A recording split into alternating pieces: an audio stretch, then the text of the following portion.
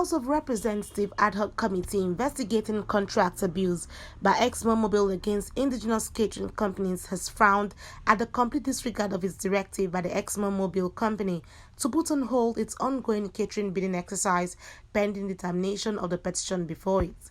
The House had requested for a suspension of the process following the petition on abuse of bidding process leveled against the management of the Exxonmobil by the indigenous catering firm of Nigeria that favors a foreign company. Exxonmobil was supposed to respect the contents of a letter forwarded to it by the committee to suspend the ongoing contract bidding process until the determination of the petition before it by the indigenous catering firms. In any way, we are all Nigerians, and what is to the best interest of our country and our citizens should be paramount in our minds.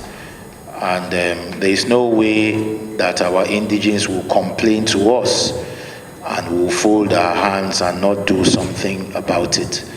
So we've heard from Mobile, and would want you to provide before this committee the letters from the union you made reference to, the letters from government regulators you made reference to, communications and documents with NAPIMS and NCDMB about non-performance of the contractor you made reference to, payment details, and all other details you made reference to that will help this committee in arriving at a decision.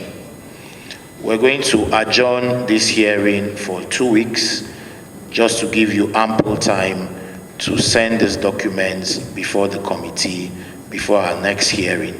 The Executive Director of Finance, whose jurisdiction, he says, covers the subject matter, tried effortlessly to defend the affront by the Exxonmobil on the Parliament. Since 2019, the process we adopt is what is laid out in the joint operating agreement that was signed between NAPIMS and us. And it requires that before you do a contract of this nature, you will write to NAPIMS, you will write to the NCDMB, laying out your strategy for the contract. This is the contract we're trying to do. This is the scope it covers. This is how we are going to design the contract. This is how we are going to design the invitation to tender. This is the process we will follow for the technical evaluation, the process we will follow for the commercial evaluation, and the process we will follow for the award. The committee also made observations on certain aspects of the contract process and infractions after listening to both Exxonmobil and members of the indigenous catering firm. When it comes to our facilities to inspect crude movement and all of that, they also complain. And to honorable member, we can share those letters with you. You can share the letter that the union wrote to complain that they can no longer continue. In fact, they wrote and said if this continues, they are going to declare an industrial action. Why the indigenous firm came up is because of some of the criteria that are there. For example, ISO is one of the criteria a company should have for you to be qualified to bid. And secondly, there's also the criteria of you must have experience, years of experience, which the indigenous companies, many of them, do not have these experiences, probably because they are new. So when you cut it off by saying, if you don't have previous job experiences, you will not, it will reduce your mark in the scoring. Each item that is in the tender has a score.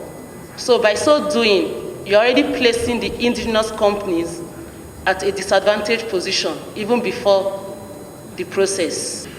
I think if we took the initial comments here, we will be gone by now, because you dismissed everything that was complained about. You said there was nothing, there was no reason, the process was still on, etc. But as you can see, there is a lot to look into in terms of how you deal with indigenous contractors and your contracting processes. The committee had earlier dismissed representative of National Petroleum Investment Management Services, NAPIMS, over the failure of its MD to appear in person before the parliament. It also raised concerns over what it terms the levity with which MDs of multinational corporations treat invitations by the parliament. The committee adjourned to 19th of May to continue the investigation with the charge that before then Exxonmobil furnished the parliament with details and evidence of its claims, as well as that MDs of the various companies involved in the investigation must appear in person. Annie Patrick, Catering News, Abuja.